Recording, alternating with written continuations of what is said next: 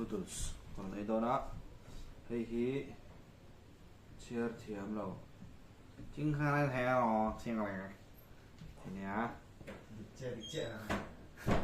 hay hi Three Sisters strawberry beer zero alcohol anh hay hi rồi hay hi hay chú chi phó thế hả thấu này thì trong so noodles chị ấy phớt tặng không trong so noodles